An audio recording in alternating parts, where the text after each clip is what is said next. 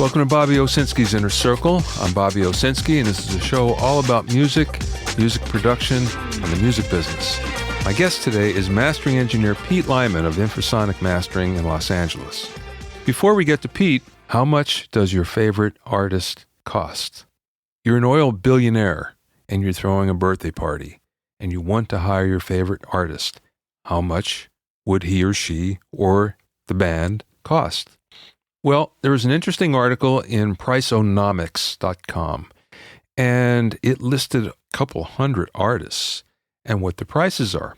So just as a sampling, at the superstar level, which is $1 million plus, you have artists like Bruce Springsteen, Madonna, James Taylor, which surprised me, Bon Jovi, Justin Bieber, Justin Timberlake, Taylor Swift, the Dave Matthews Band, and more and more and more. And that's no surprise, really, because everybody expects them to make that kind of money.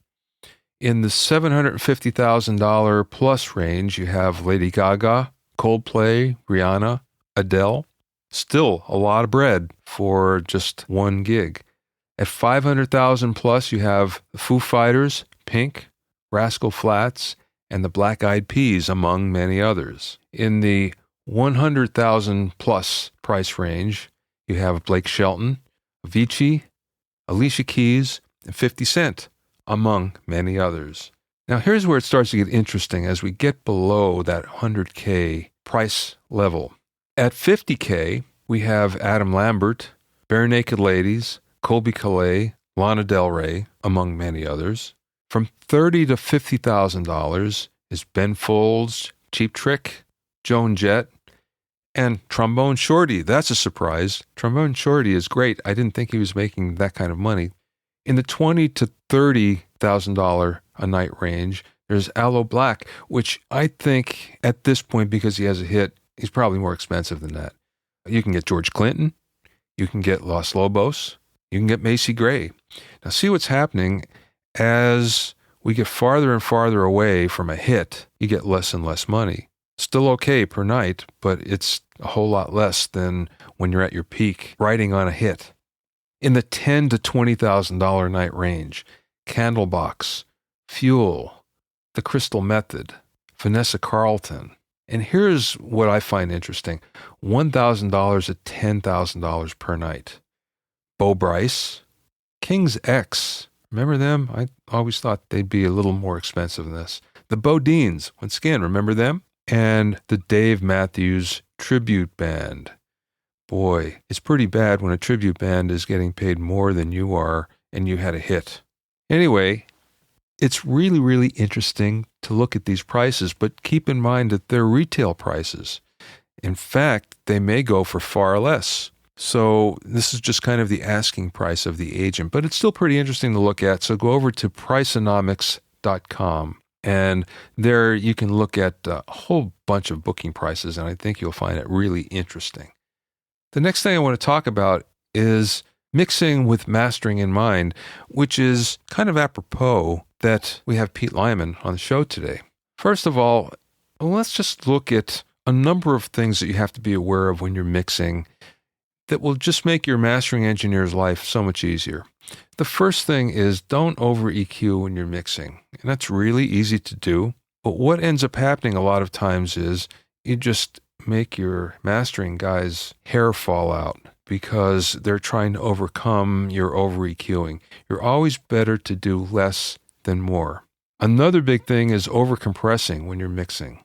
Yeah, your clients really want a loud mix, and there's no way around it. These days, we have to give the clients what they want, and they want something really loud. But you're really limiting your mastering engineer's ability to help you when you turn that mix in as the final mix. You're a whole lot better off if you take off the limiting and compression on the master bus, or at least lower it somewhat, just to give the mastering engineer a little bit more room to work with, because usually they can do a better job at that than you can. One thing to remember, though, levels between songs aren't important, and some mixing engineers worry a lot about that one song is the same sounding as the next. That's what mastering engineers do. It's one of their primary jobs, and that's what they're really good at. So that's one of the things that you shouldn't worry about. The other thing you shouldn't worry about is getting a really hot mix because, again, that's what mastering engineers do better than anybody. So leave that to them. One thing you should do is watch your fades and all your trims. So, for instance, sometimes a mastering engineer will find that something is trimmed too tight, where there's the reverb at the end that is cut off. Or sometimes there's something at the beginning of the song, the initial attack of the song is cut off. So that can be a problem. So give yourself a lot of room on either side of the mix and let the mastering engineer tighten that up for you. A big thing that you should always worry about is printing your mixes at the highest resolution you can. So in other words, always give a 24-bit mix to the mastering engineer, and I'm assuming everybody is mixing at 24-bit. I hope you are. If you're mixing at 96K, that's the resolution you should give your mastering engineer. It should be 9624. If you're mixing at 44.1, which I hope you're not, that's what you should be giving to your mastering engineer. But make sure it's 24 bits because that's the way the mastering engineer can help you the most. The other thing is alternate mixes can really be your friend. Alternate mixes meaning you should always print an instrumental mix, a vocal-only mix. A whole bunch of things like that can be really helpful. A TV mix is basically everything but the lead vocal and maybe a lead instrument. But what's a lifesaver many times is that instrumental mix, sometimes that vocal mix. Let's just say there's something that isn't quite loud enough. There's a phrase that's being lost. Well, the mastering engineer, using a combination of the vocal-only mix and the instrumental mix, can fix that for you. So it's always a good idea to print those alternate mixes because they can be a lifesaver in mastering and they can save you from having to go back and doing a recall and doing it again. And usually that will save a day or so anyway. And finally, there's a couple of things that you should really be aware of if you're going to cut vinyl. First of all, and this applies to CD as well, know your song sequence. Know which song follows which in the course of the album. That's really important because it will take up a lot of time, a lot more time than you think. If you go to mastering, you don't have this figured out. So you should know in advance what that should be. And finally, have your songs timed out, and it's especially important for vinyl because don't forget, it sounds best if you have 18 or 20 minutes per side, and maybe you can get 25 minutes a side, and that's about it. But 18 to 20 really sounds the best. So you should really know what the sequence is, and you should know what the timing is. So once again, you don't have to fool with this when you get to mastering. So those are just a number of things that you should keep in mind when you're mixing, just to make your mastering a whole lot faster and a whole lot more efficient and cheaper as well. My guest today is Pete Lyman, and he's one of the owners of Infrasonic Mastering in Los Angeles. Infrasonic is one of the few mastering studios that still specializes in cutting vinyl lacquers, and we're going to talk a whole lot more about that. I spoke with Pete from his studio via Skype. So cool, Pete. Thanks so much for being with me today. You're one of the few mastering engineers that actually cut vinyl, and everybody is so interested in that. Thanks so much for taking some time. Yeah, of course. Happy to be here. Let's start at the beginning. How did you become a mastering engineer?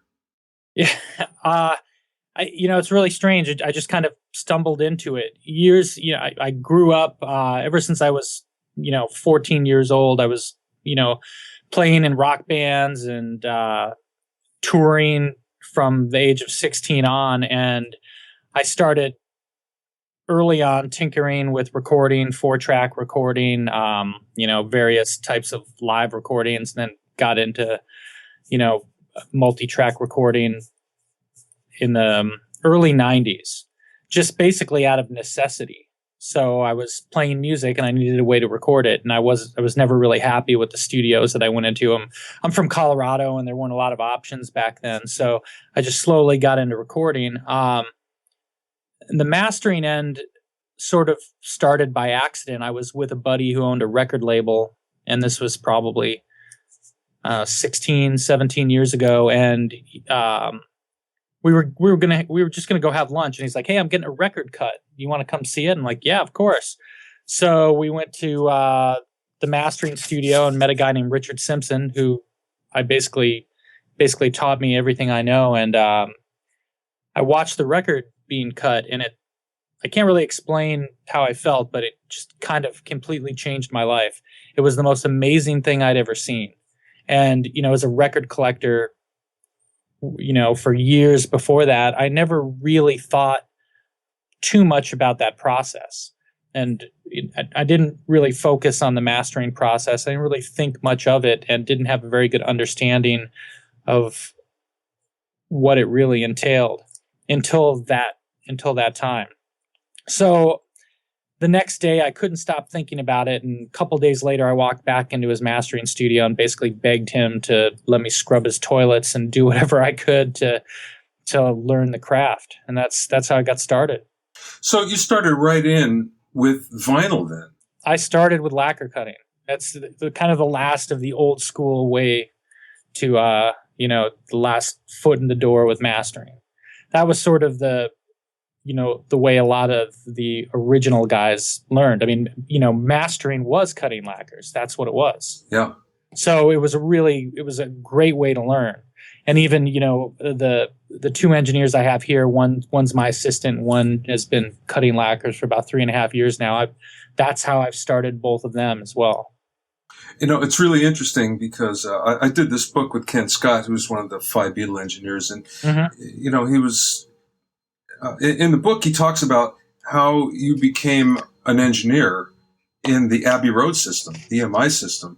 And one of the interesting things was you become a second engineer, then they put you in mastering before you became a first engineer, because they figured that mastering was so much harder than being an engineer. So you should learn what was going on in the hardest, what was going on vinyl, because then you'd be able to be a better engineer as a result. So that's kind of cool. And of course, we've lost that these days because, mastering is a black art to most people. Yeah, well, that's exactly how Richard Simpson started. I mean, he worked for RCA for almost 40 years, and he started as, basically an assistant, and then he was upgraded to the tape punch guy, so he'd just sit at the multi-track and punch things in, and then he QC'd records, and then right after that, he was, they threw him into mastering. And I think, it's a really interesting way to get involved with this business. And I think as an audio engineer, understanding how all of this work we do translates to these different mediums is really important.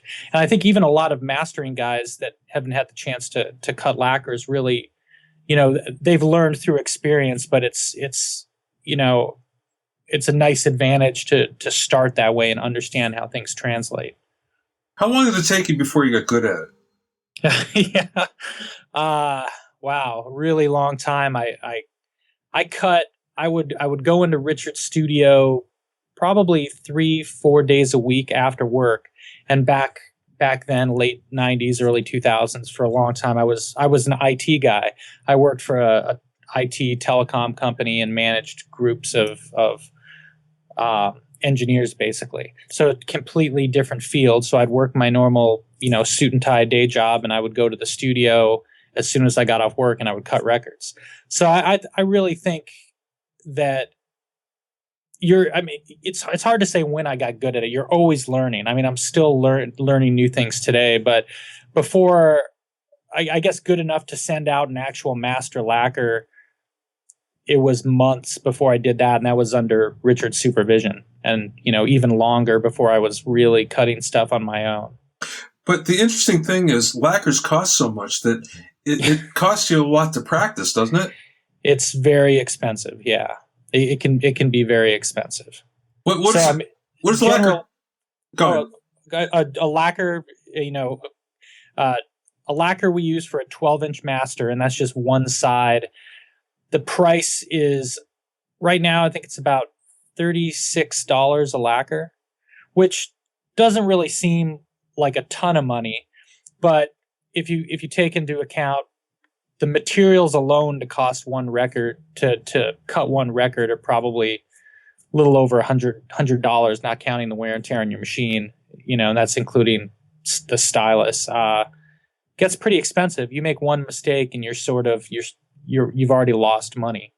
Wow. Yeah.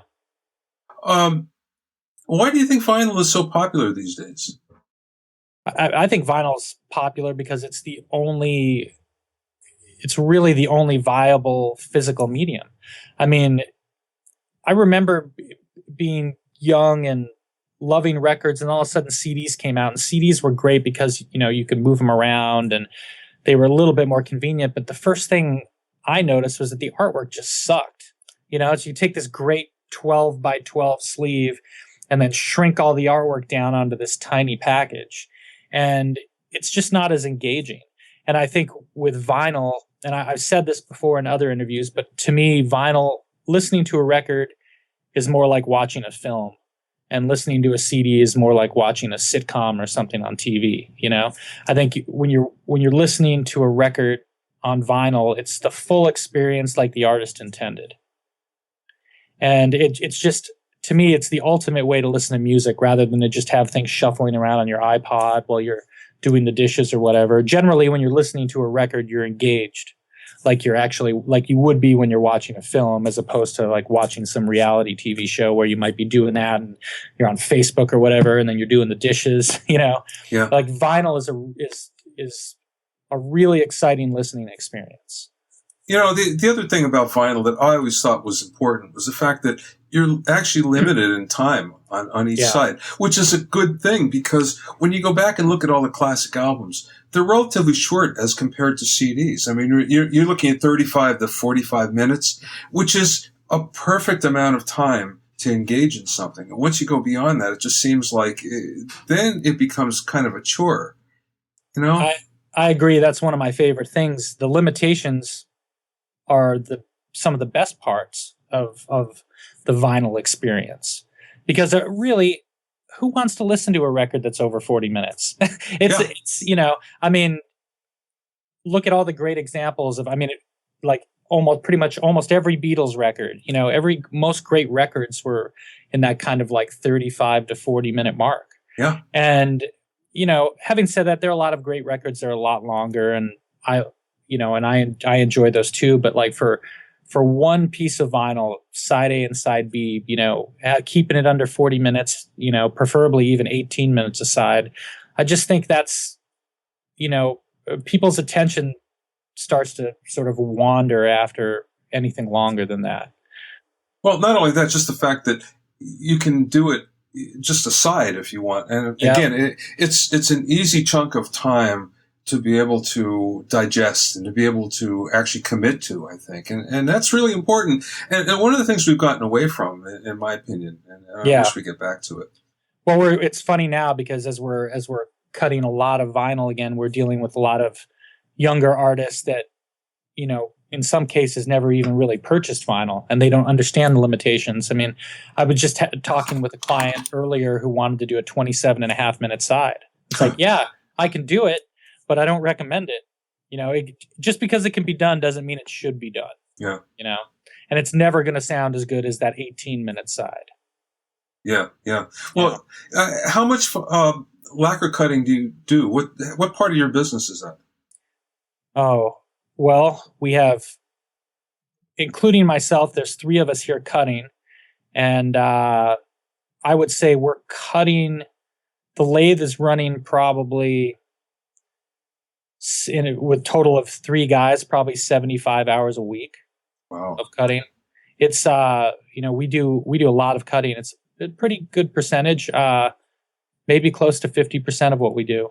I mean, these days I'm not cutting every single day. I cut a couple times a week, and 2 of my other engineers are cutting quite a bit, because I've got so much just general mastering work right now. But we stay really busy.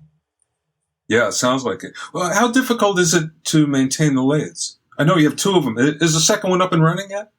It will be shortly. I actually ended up sending my Neumann back to my technician in Michigan, who's working on it right now.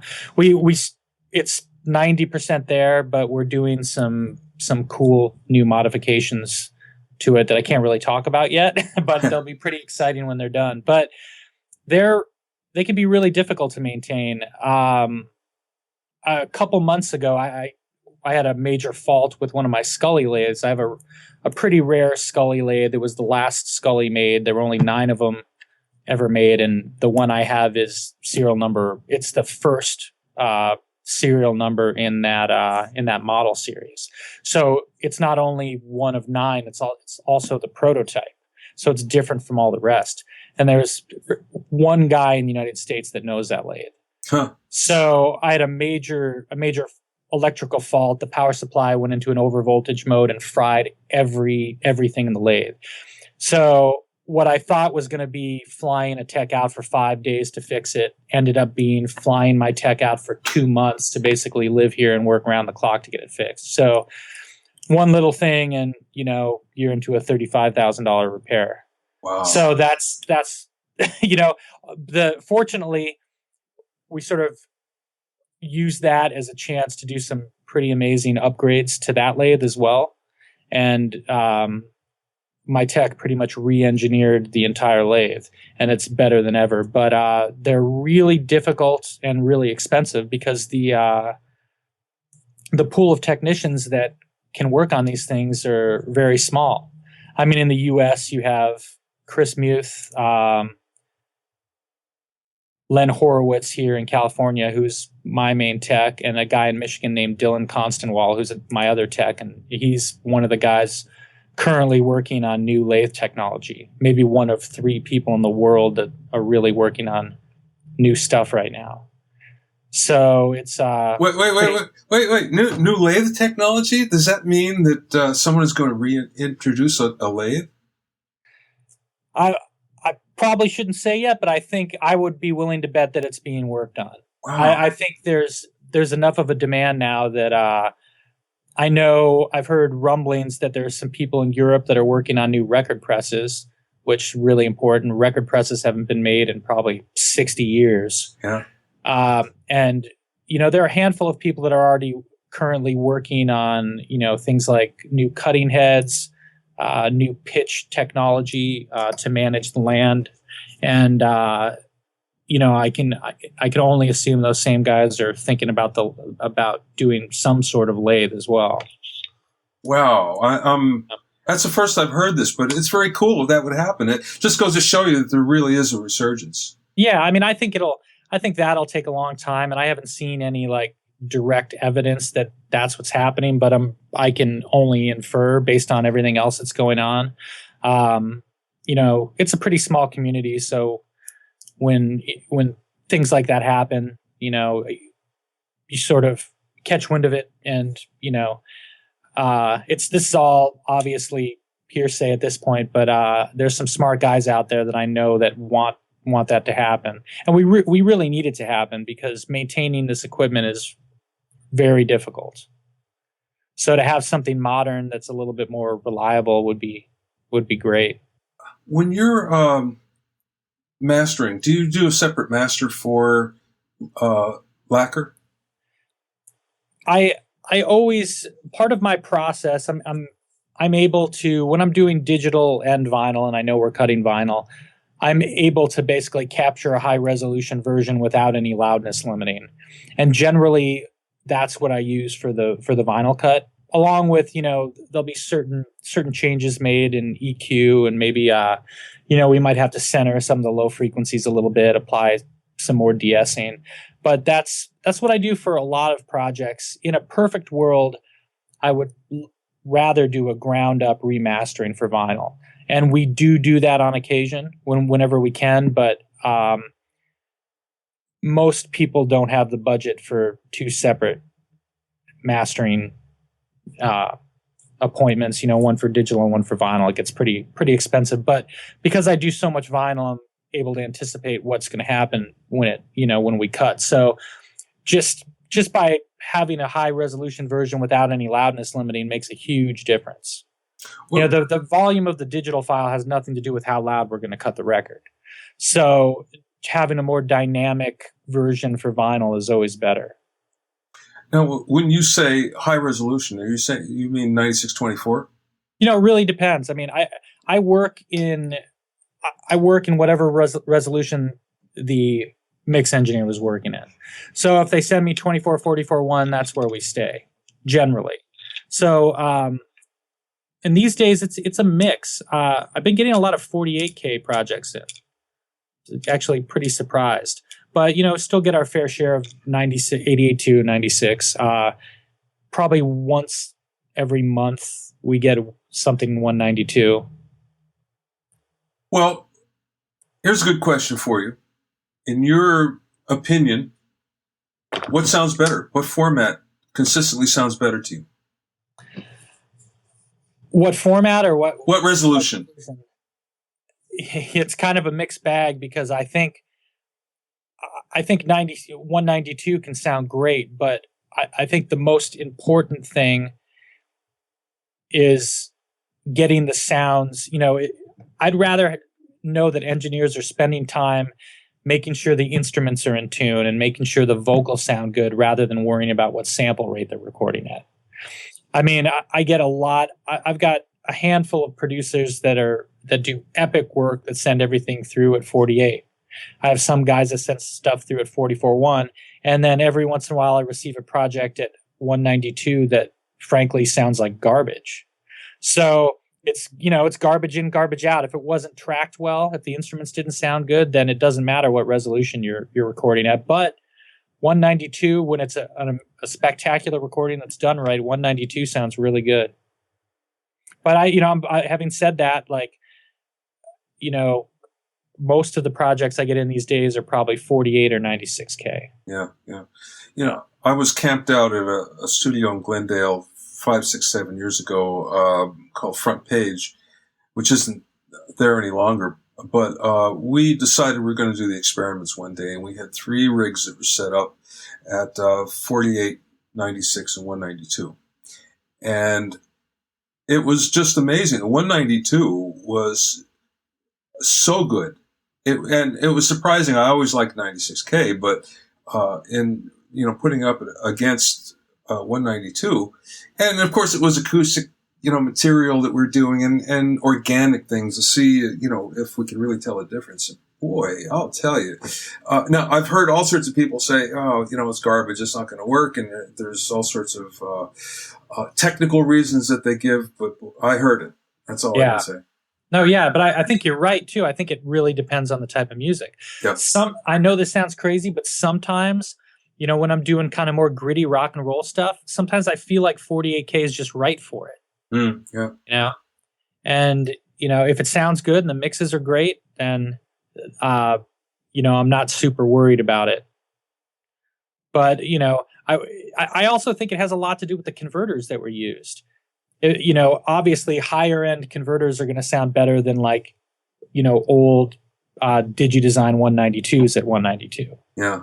So I think if you're using, if you're recording at home and you're on like an M box or a Digio 2 or something, I would say stay at 48K rather than 96. I think those things personally sound better at single, sample rates rather than double sample rate in my experience, just being a guy that's listened to a ton of that stuff. Yeah, I think you're right. Yeah. Well, let's talk about your room for a second. You have a very, very cool room that you built from the ground up, right? Yeah. Well, what did you do differently to fit your needs as a mastering engineer than the normal person would do when they're building a studio? Well, a couple things. We were, our old facility, which was out in East Los Angeles, we had, a 2,200 square foot recording studio. We had 3 buildings, a separate building that was a mastering room, which was about the size, maybe a little smaller than my current room, but it was a standalone building, and then office space. And we really wanted 3 mastering rooms and with room to expand. So I wanted to make sure that I had a room kind of similar dimensions to my old room because I loved my old room. I just didn't love the location and there was no room to expand. But I wanted to make sure that, obviously it sounded really good, that it was an interesting place to spend time in. I mean, we spend a lot of time at work and I want to work in a room that I enjoy being in, even when I'm not playing music in here, So I want it to be aesthetically pleasing and still sound great. and it had to be able to accommodate, had to have space for a lathe and for at least 2 to 3 clients in the back. So we, when we found the building, we purchased a building in 2012 with our friends from Vintage King, and we've always worked pretty closely with them. So they were getting ready to expand, and so were we. So we bought this building and pretty much split it down the middle, tore everything out, including the roof, and started from scratch. So we had a blank slate. We had almost 4,000 square feet to work with. So we built 2 identical mastering rooms. And one of the rooms we currently have a producer named Jake Sinclair working out of. So he's actually songwriting and recording instruments in the other room, and it's working out great for him.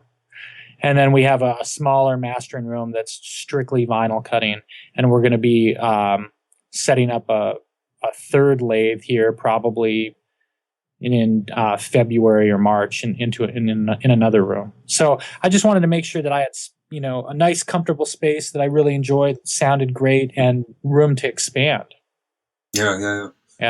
But did you do anything acoustically that was different, or isolation wise, or whatever? Yeah. All the floors and everything's floating. We had a designer named Rob Moon come in and do the design. So we hired some general contractors to do like the office areas, the restrooms, all of that, and then we had a designer build the mastering studio. So they're all decoupled from the foundation, floating floors, the whole bit, bass trapping built into the room. Okay, so how about your signal chain? I like to use the least amount of gear as possible. That's kind of my philosophy. Having said that, I guess maybe I have quite a bit of gear, but some of the key pieces, I use a Maselec transfer console, the MTC1, which I love. I use Burl converters pretty much exclusively these days. I love them. I've loved them from the first time I tried them. And there's a lot of other converters I like as well, but I just have a good workflow going with the Burls. And I use the Antelope stuff. I've got the Atomic Clock and the Trinity, Shadow Hill's mastering compressor, the Alicia Alpha compressor, Sontec EQ, Dangerous Backs, Inward Connections EQ, a couple other weird pieces. Probably the weirdest piece I have an old E-Tech bass and treble limiter that was used specifically for cutting. That's pretty interesting. And I use it a lot for analog mastering. It's the high frequency limiting. It's great. And I think that's one of the things that people really miss about those classic sounding records is, that a little bit of that HF limiting on the top that was always needed for vinyl, you know? Yeah. So it does a really good job at that. So yeah, that's kind of my signal chain. I try to keep, if I'm not using it, I keep it out of the chain. Very cool. Yeah. So are you're going in and out of the analog domain then, right? Yeah, always. Yeah. 99% of the time. Yeah. I would say maybe 1 or 2 instances a year where I get a project that, maybe it's already really slammed and, it just wouldn't do a lot of good going in and out. So, but yeah, I like the workflow. I mean, to be honest, I wish I could work all in the box, Yeah. It would, but I like the workflow. I like that.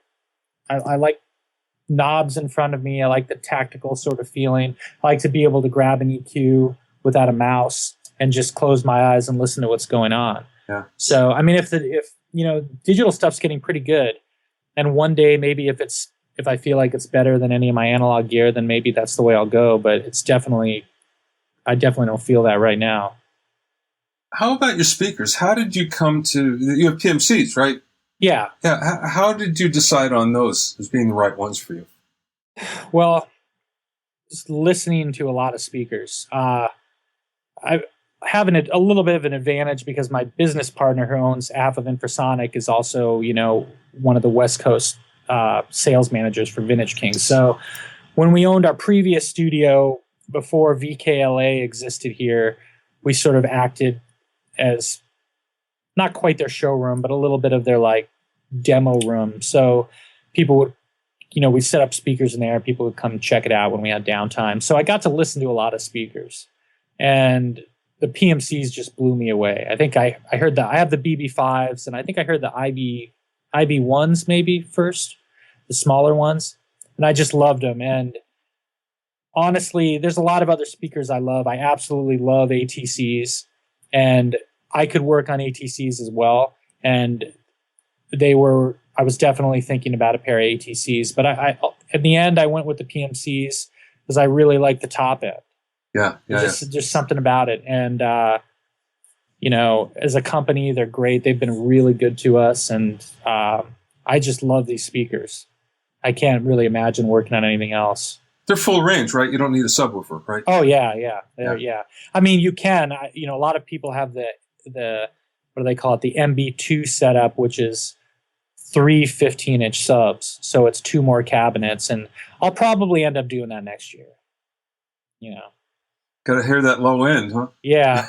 You definitely, these things are really flat. I can't remember the specs on them, but you definitely don't need extra subs. But, it's kind of fun to have 4 more subs in the room. Yeah. So what's the most fun you have in mastering?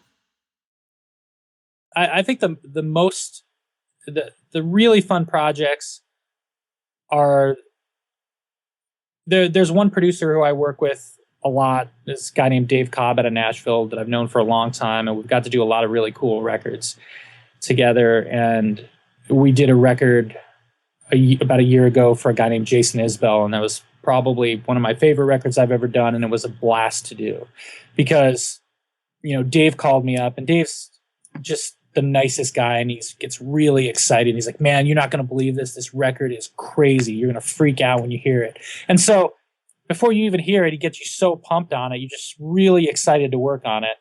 And, that was a really fun record because we just worried about making it sound good.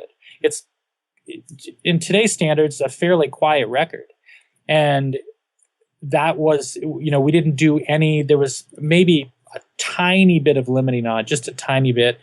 Every decision that was made on that record was just based on, like how good can we make this sound? Not how loud can we make this sound and still be okay, So that was a blast. And it's funny because it turns out that no one has, that record just like swept the AMAs a week ago. No one has complained about it not being as loud as, whatever other loud country record is out there. Yeah. So it just goes to show that you don't always have to blast everything, and that, hopefully consumers are just they're gonna like the record for the songs, and they're not gonna worry that it's not as loud as the Beyonce song that comes on shuffle after that track. What is there a problem that you consistently see with some of the masters that you get? Yeah, I think the usually sort of when you're dealing with mixers that maybe don't have as much experience or are working in a room that's new to them or a room that's just not set up, I think one of the biggest issues you have is just with low end. And it's the hardest thing to get right in a room. And a lot of project studio owners, they really struggle with it because it's always a compromise when you're in a project studio. You're trying to like squeeze as much gear as you can into, your back room or your garage or whatever. And it's usually less than ideal acoustically. So, struggling with the low frequencies and the relationship between the kick and the bass and getting that to sit right in the mix. That's usually the biggest issue that we run into. Do the mixes you get do you find that they're really crushed? It really depends. Sometimes they are. And there's some guys that I work with. It's usually, the kind of more, I would say, bigger major label pop stuff. And there's a few guys I work with that send me their mixes and they're limited. They're as loud as they're going to make them. But they do such a good job at it. This is how they want their track to sound. And we're we're just making sure everything's okay with it. And in those instances, we're just sort of, in some cases doing nothing, almost just heads and tails and making sure it sounds as good as it can. And I think that's another important thing that people overlook in mastering. And I think a lot of even like newer guys that are getting into mastering feel like they have to manhandle every mix, And I think if a mix sounds good, sometimes your job is to do nothing. It's very rare. Those jobs happen maybe once a year or once every 2 years. Usually it always needs something, but I think you just show some restraint and know when enough's enough. Yeah. Yeah. Very cool. Last question. What's the best piece of business advice, music business advice, that either someone imparted to you or you've learned over the course of your time in the business? Wow. I feel like I've learned a lot of lessons the hard way. I think if you're going to start a business, come up with a solid business plan. So I was really lucky when my partner Jeff and I started our studio together. I had a small project studio, and we met up, and he's like, let's do a real studio. And so what we did is we maxed out all our credit cards and bought a bunch of gear and went down to Home Depot and built out the studio ourselves. I don't recommend doing that. If I could go back and change that, I probably would. But I learned a lot, and I made it through, and we got lucky that we didn't make too many mistakes. But I think before you go out and start spending, $50,000 on speakers and buying all this gear, I think it's important to, on the business side of things, come up with a business plan and make sure that you're not overextending yourself. Like, gear is great, but gear is not what's really important, especially in mastering. Like, you want to have a great signal chain and you want to have good gear, but the most important thing are your ears, acoustics, speakers, and the room. Concentrate on that before you go out and buy 5 different EQs. Yeah. And I think that's that'll help you in the long run. And just make sure don't overextend yourself. All the gear will come, and get what you need to get started and do good work. And, that's how you're going to build up your clientele. And ultimately, clients don't really care what gear you have anyways. I mean, some do. I find when I run into those people, they're generally usually not people that I'm that interested in working with. Yeah. I think the most important thing are the results and your ears. And that's what you should focus on. Very cool. Well, thanks so much for your time. I appreciate it. This is great. I knew it would be, and it certainly was. Yeah, thanks a lot. Are you coming down here for AES? You bet I am. We'll see you in a couple weeks. See you, Pete. To find out more about Pete and Infrasonic, go to infrasonic.sound.com. That's infrasonic.sound.com, INFRA, sonicsound.com. Thanks for listening and being in my inner circle. Remember, if you have any questions or comments, send them to questions@bobbioinnercircle.com, questions@bobbioinnercircle.com. Thanks a lot, Steve Cherubino, who's the host of the Producer Podcast at theproducer.club. He helps with the editing and putting it all together. Thanks a lot, Steve. To listen to other episodes of Bobby Owsinski's Inner Circle, go to bobbyowsinski.com and you can select the podcast tab, or go to bobbioinnercircle.com, or you can find it on iTunes or Stitcher. At bobbyowsinski.com, you'll also find a sign-up sheet for my newsletter and for alerts for new podcasts. This is Bobby Owsinski, and I'll see you next time.